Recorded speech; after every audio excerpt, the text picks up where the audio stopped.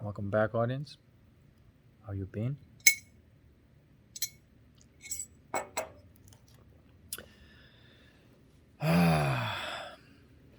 In this video, I want to talk about a concept called uncertainty principle and how it doesn't exist,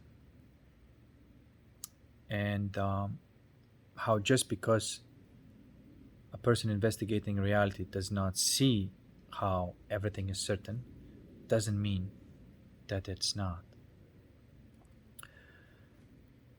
You know, this famous whether the cat is alive or dead thought experiment, and they're sort of almost like supposedly be a proof of uncertainty. Just because scientists cannot calculate the outcomes and then they say they have to come up with this idea of uncertainty doesn't mean that on another level everything can be seen as 100% certain. And actually, if you do see it this way, you'll see that everything has to be certain, otherwise nothing would exist. Every pixel has to be mathematically perfectly correct in its position, otherwise none of it would exist. Okay? But just because you can't see how the projection happens, because you're not aware of the film of the projection, because if you're aware of the film of the projection, like that holographic chip, if you will, you can see what's there. And actually, in the fact of you observing what's there, you project that onto the screen. And somebody said that the best way to predict the future is to create it. And there's a much, of course, deeper meaning to that, and that is like by observing the source or that little holographic chip that projects that, and whichever the holographic chip you are putting attention on, that's the one that is going to be projected on your screen. Okay. And so now I want to talk a little bit more about those quote unquote holographic chips, if you will. So first of all, I have to say that there is no such thing as uncertainty. There's only such thing as infinity. And every mathematical model must include the concept of infinity, otherwise it cannot be perfect. And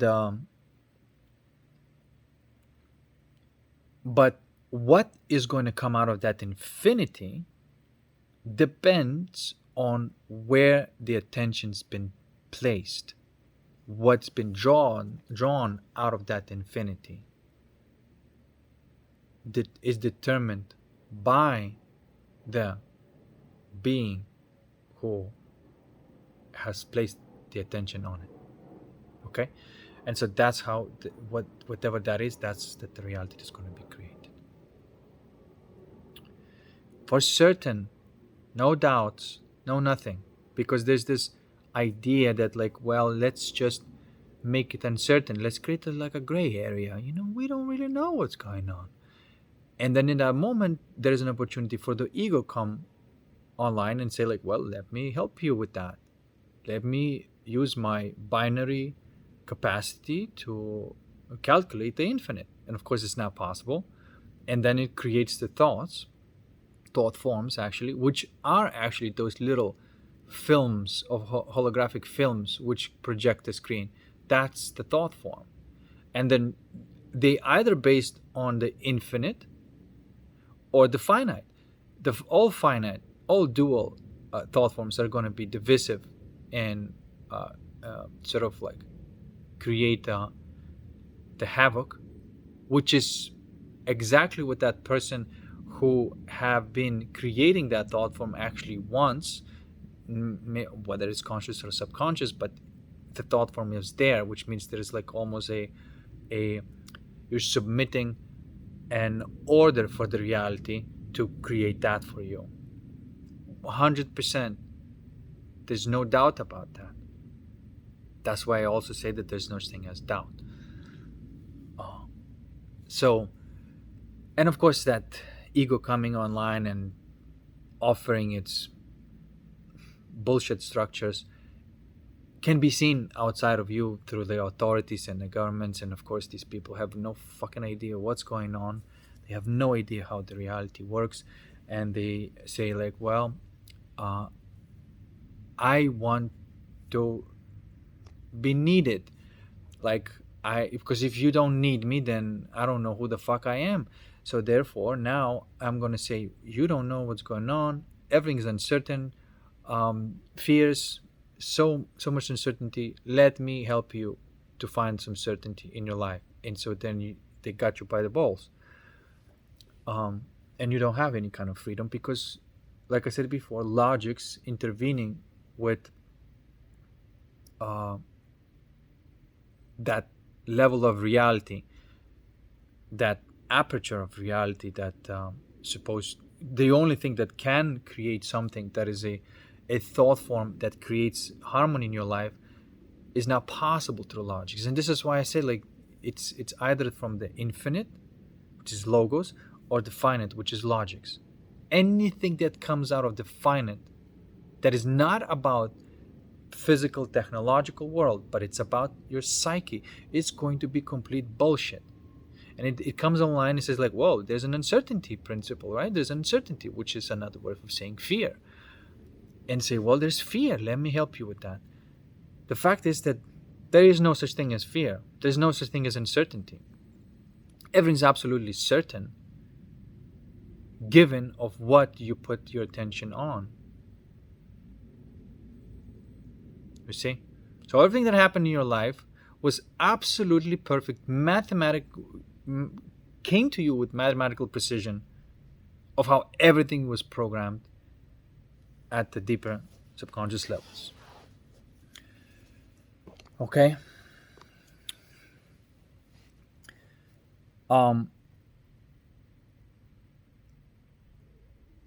And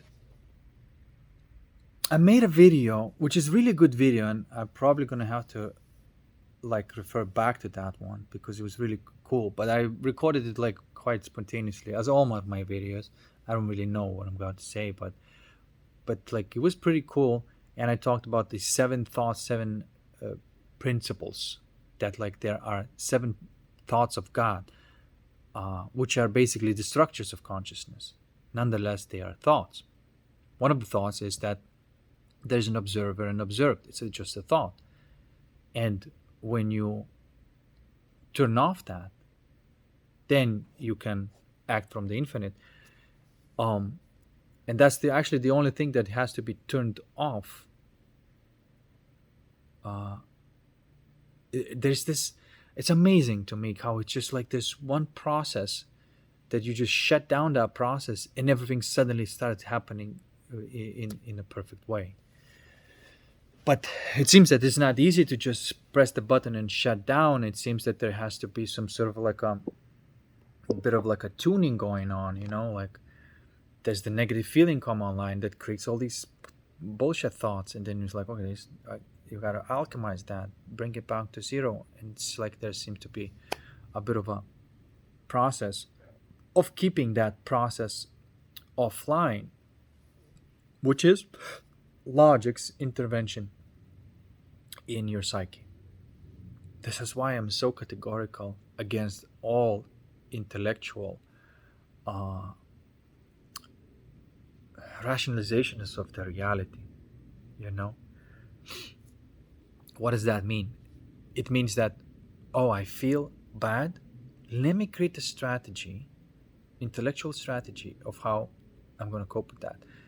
And in that moment, you are creating these thought forms, these film strips that are going to come out exactly of how you imagine them, but it's just going to wreak havoc because they come from the finite and don't come from the infinite, because finite will never see the big picture.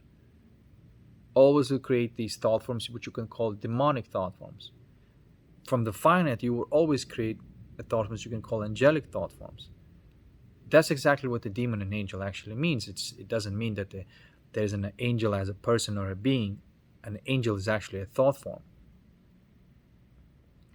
And there could be an angelic being, a soul that has what I would call all of their gems lit up. You can call that angelic being because They must have already played this game and alchemized all the possible these fruits of life. Another way of calling gems, I like to call them gems.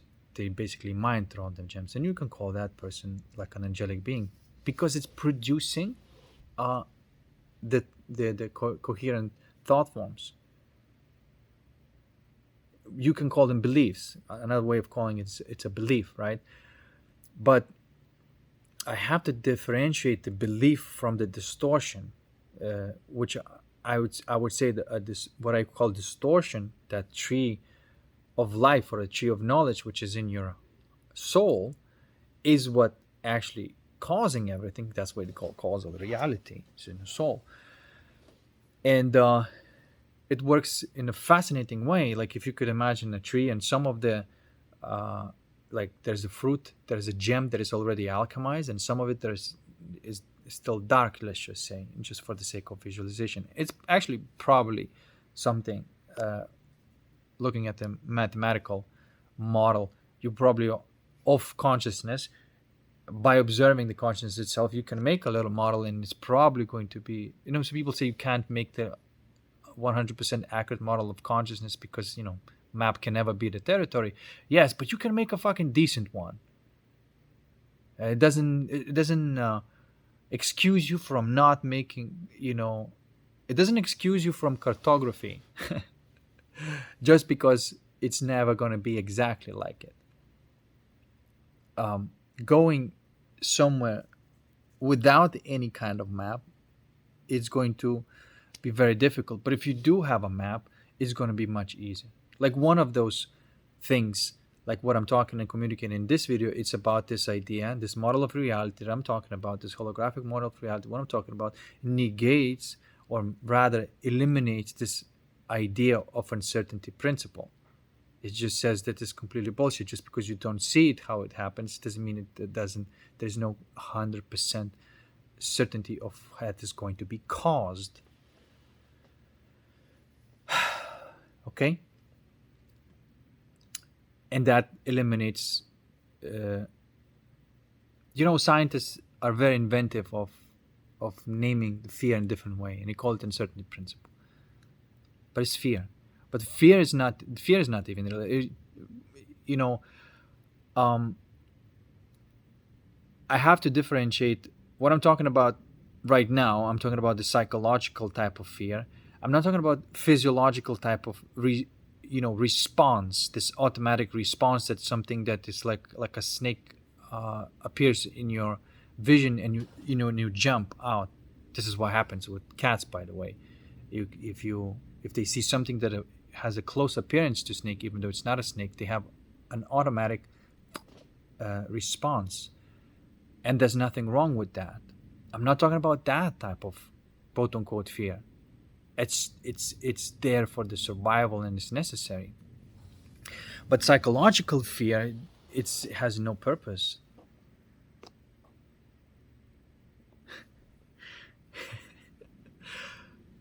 You see, it doesn't even exist.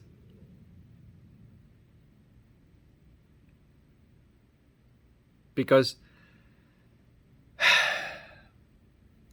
whatever is going to happen in your life, everything is already programmed. Of course, like the first part of life, when you come online and you start looking at what the fuck is happening, it's an investigation type of process, and you gotta figure out of this game and find the map and all that stuff. That's like any video game, like you got to have a map to understand. You see what I'm trying to say, right? To play it well. Otherwise, you don't know what the fuck is going on. But then you go to school over here, and then they teach you this map, and it's fucked up, and it doesn't work. And it just drives you to misery. And they're fucking pushing their fucking map, their model of reality onto you, and nobody fucking is happy with this. And it doesn't work like that, and it's bullshit. And that's what you would call like a materialistic science. It's not actual science.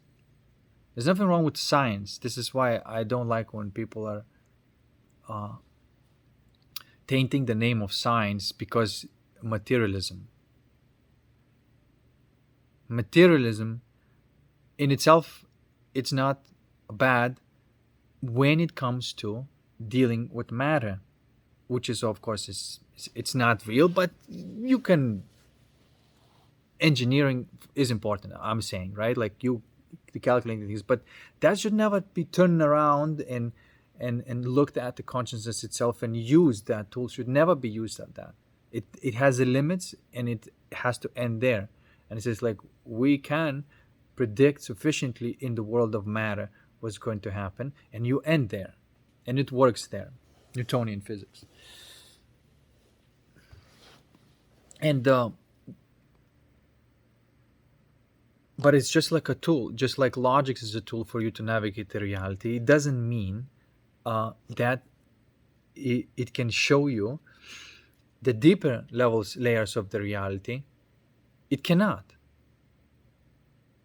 And other types of approaches can actually do show you.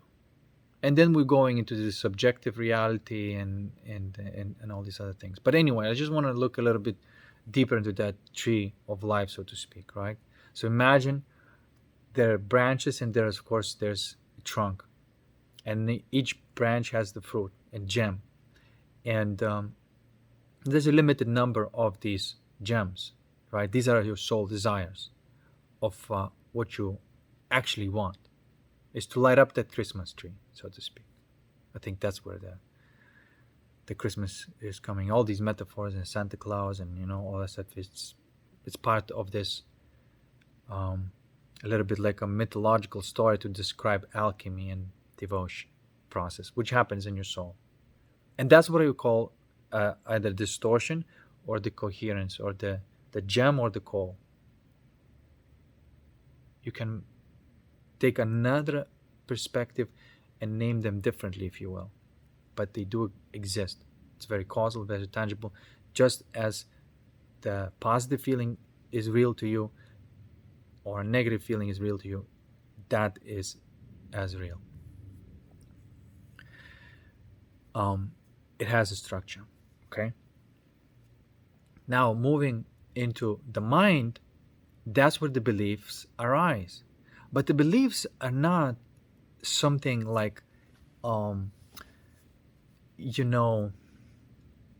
not solid, like they're floating around kind of thing. I shouldn't even say floating around, but it's like the film, right? Like, let's say, whatever you're going to see on the photo, take the old ways of actually making photos, right?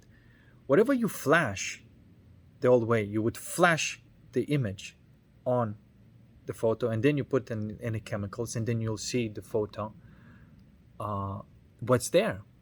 But the image was flashed there from the film, right? And so you see the photo or a projection, and then the film, and whatever's flashed from it, that's what you get. So the photo would be your outcome of the reality, but the film would be your mind, and whatever the structure is there, that's what's going to be projected on your screen, which is this physical reality. Okay, 100% of the time, 100% certainty, no doubt about this. So,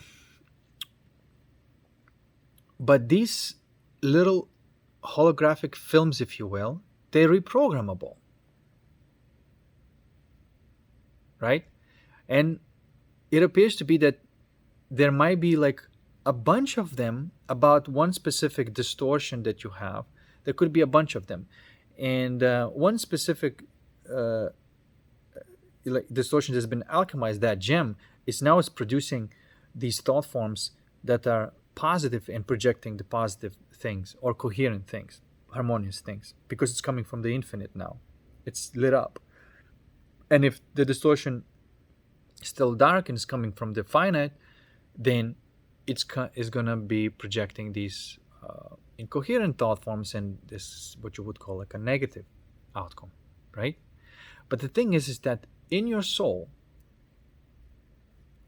a lit up gem is going to create a nice reality, a nice feeling, and fulfill the desire in a beautiful way. The one that is not lit up also going to be fulfilling that its desire, which is a distortion, and is going to be sort of like, you can call it like getting off on something that is negative, right? And that's the dark soul or lit up soul, the bright soul or the dark soul. Someone with a dark soul may get off on arguments.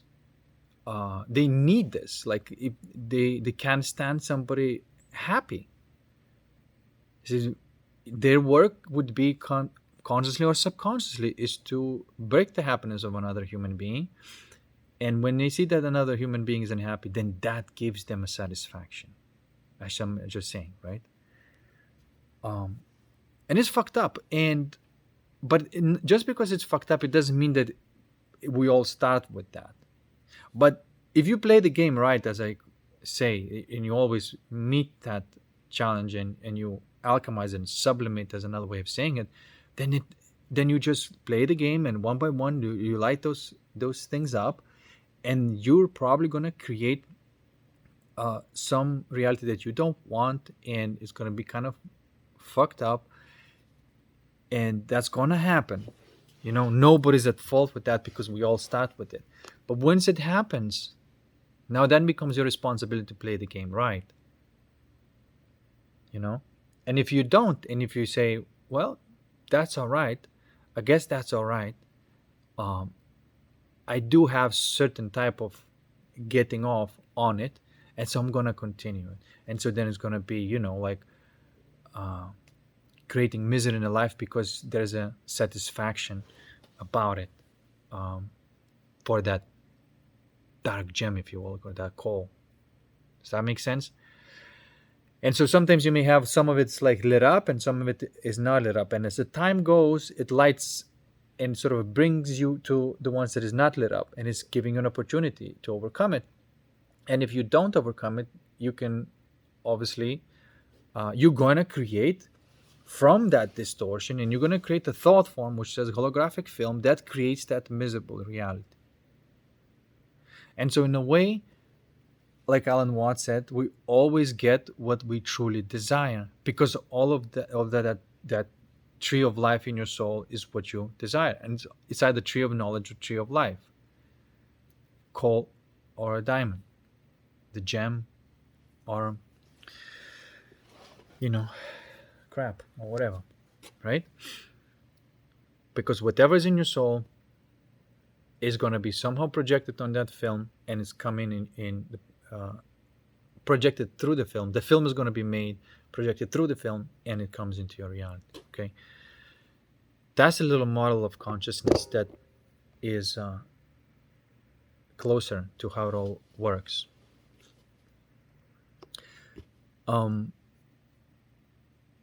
Okay, now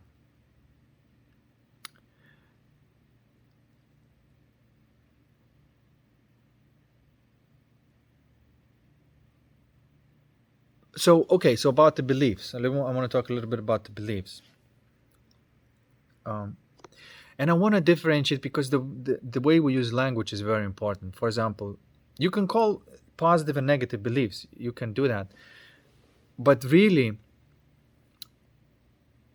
it's either a belief, which is something that is a doubt, and you need that belief to patch up the uncertainty because there's this fear, and so all beliefs come out from fear. And so belief is a negative thought form. That's why I would say it. Belief is a negative thought form or incoherent thought form. Okay, that's a belief. But then on the other side, the positive thought form or coherent thought form that stems from the infinite or that lit up gem, what is that? Right? Are you gonna also slap the same label and call it a belief?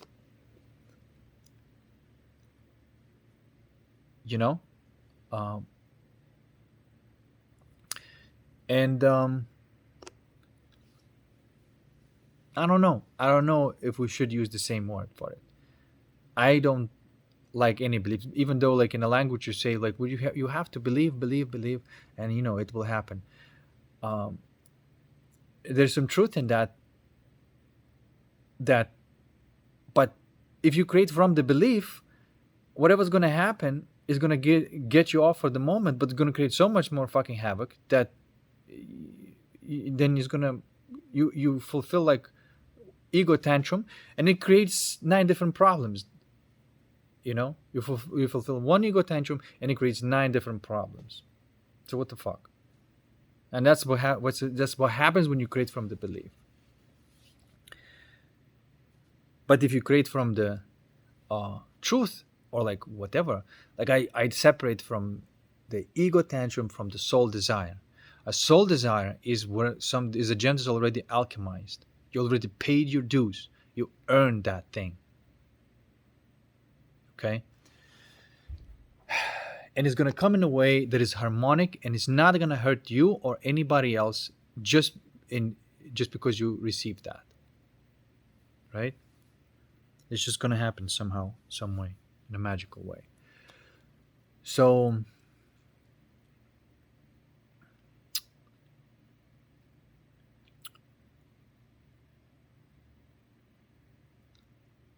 one second. You know what kind of word I would use? Confidence. It's either belief or confidence. Belief has an element of doubt. Confidence has an element of certainty.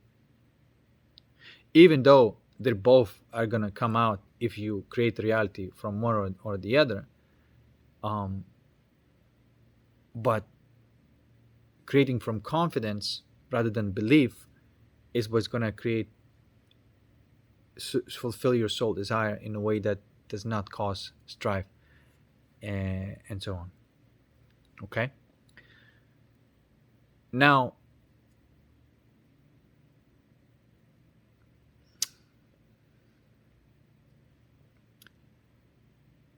you may say, well, all right, in some parts of my life, I presumably alchemized that, and I'm happy in those areas because I keep on manifesting the things that I want, and I'm happy with that. I think I'm creating it from there. But then there's another part of my life where I'm creating still seemingly from this dark gem, the dark crystal, if you will, and I'm creating something that is of negative nature that creates strife in me. But if that happens, it gives you an opportunity to alchemize it as well. Or you can also choose, like, well, maybe I'll play the evil game for a little bit. That's also your choice, not to alchemize it and to, you know, uh, get off on creating something that is messed up.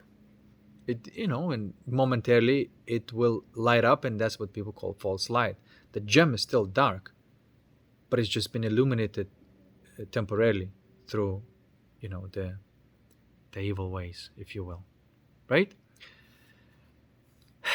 So there you go. There's a tree of knowledge or the tree of life, and there's a reason why it's called a tree, because it's shaped like that. It has root, it has branch, it has fruit, all of it.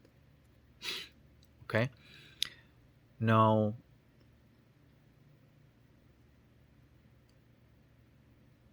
so mind is the one that's responsible creating those films, those holographic films. However, uh, it can only create to the level of consciousness that is the level of your soul. That the quality of your soul will determine the quality of these films. It cannot supersede that, because the entire mind is made out of the quality of your soul. So that's why when there's an actual change of the mind, entire mind changes, because the entire shape of the mind is that holographic film, if you will. Okay? So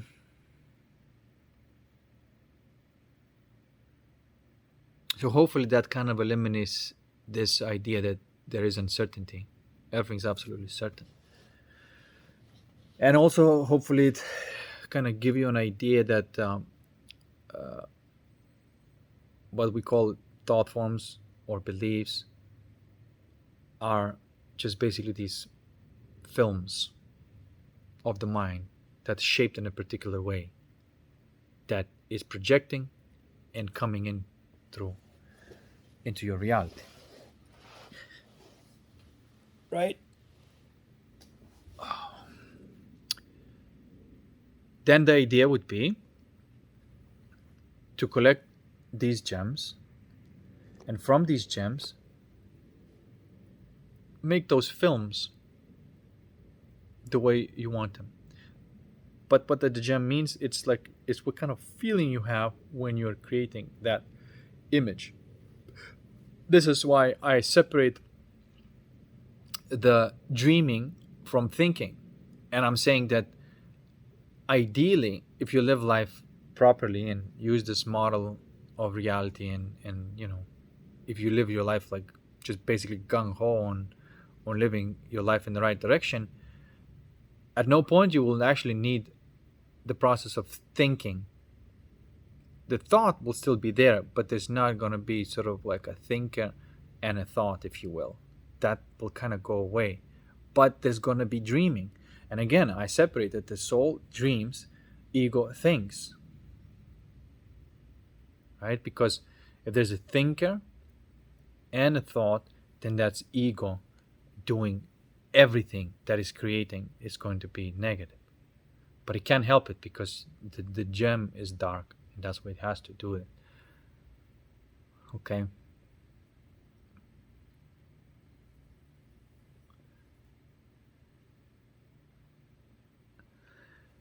Okay, and so that brings me to so I think that's enough of complexity at this point. Like in a practical life, it's like I've been saying, you have a certain types of what you would call negative feeling, you alchemize into the positive, and then from there you start creating images. That's the process of dreaming. If you don't do the alchemy or devotion and there's this negative feeling, then you're gonna notice that there is this thinking process happening, creating negative images, because stemming from the negative feelings. Okay? And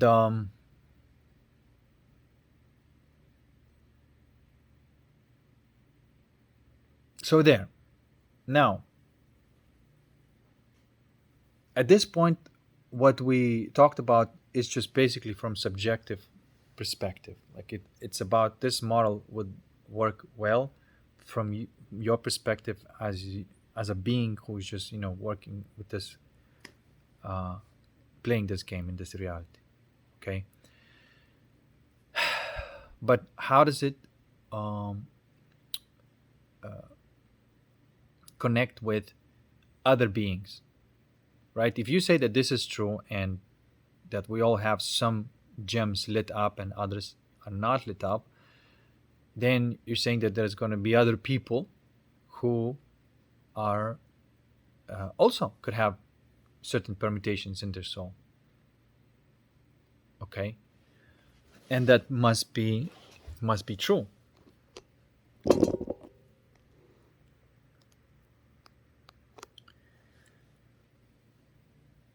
Which means that if your quality of consciousness in a certain way, and somebody enters your field,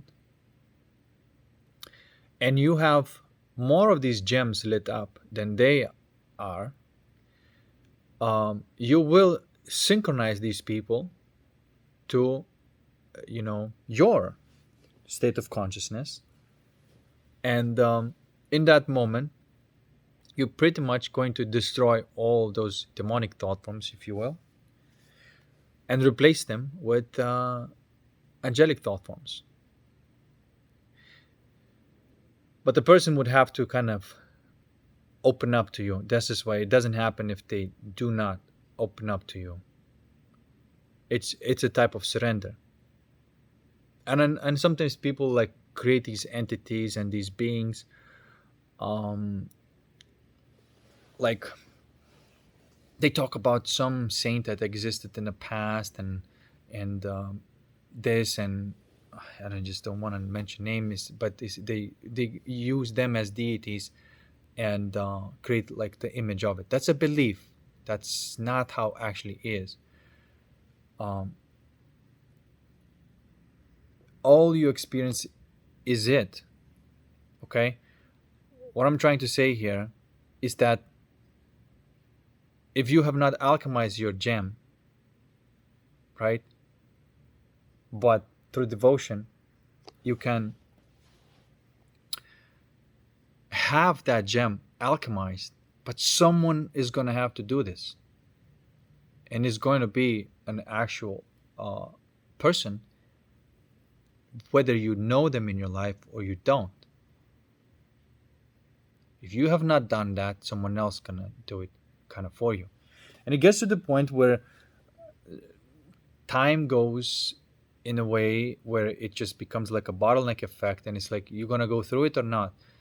And if you have not alchemized it, if you want to continue, now you continue on to sort of like a next level, if you will.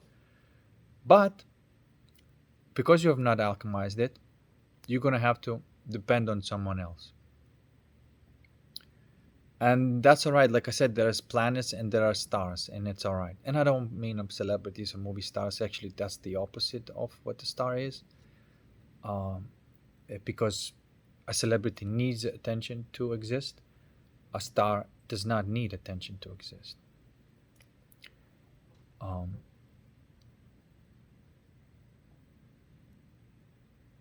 so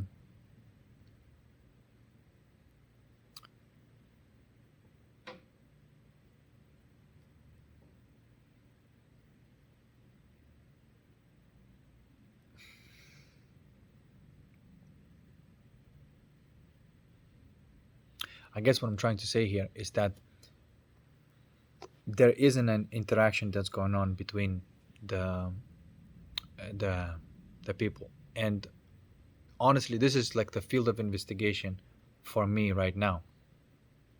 But it appears to me that it is totally possible that somebody um, doesn't have to go through all of these, you know, alchemy. And then, like I said in the previous video, they may not even have the capacity to. And so their job would be devotion rather than alchemy, which is also equally important.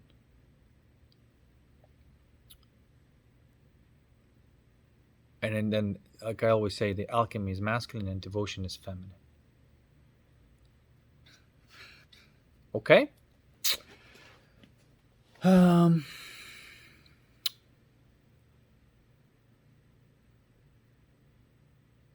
it's like, you know, if the alchemist has the gem, um, and another person has the openness, they automatically somehow, some way, the gem appears in their openness, and the openness is the surrender, which obviously uh, is is as difficult as courage for the alchemist, which is not that difficult if you know how it all works. But I guess this is what I'm trying to say. You see,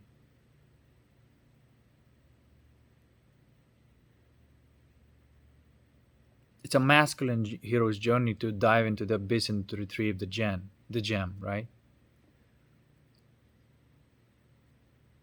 But it's a feminine or heroine journey is not to do that, not to, you know, but to open up and have capacity to open up to the light of that gem.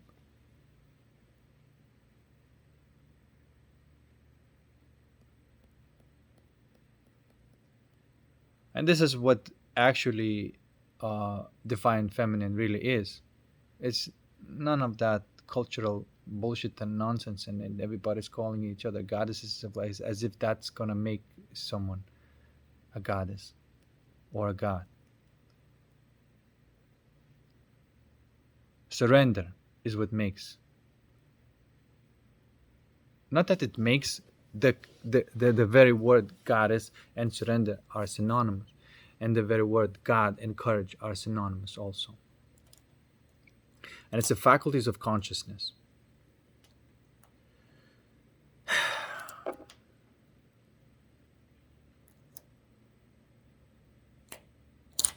I think I've exhausted the subject. But the point I was trying to make is that there is no uncertainty principle, which means there is no fear. Everything is certain, and everything is 100% calculated and precise. It's just that we have to be aware of how that happens, and everything is clear.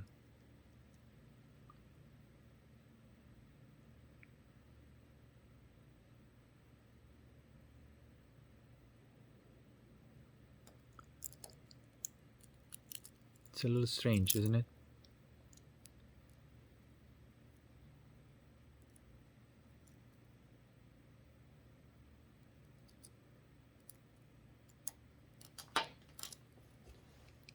All right, I think that's enough. Peace, guys. I'll see you next one.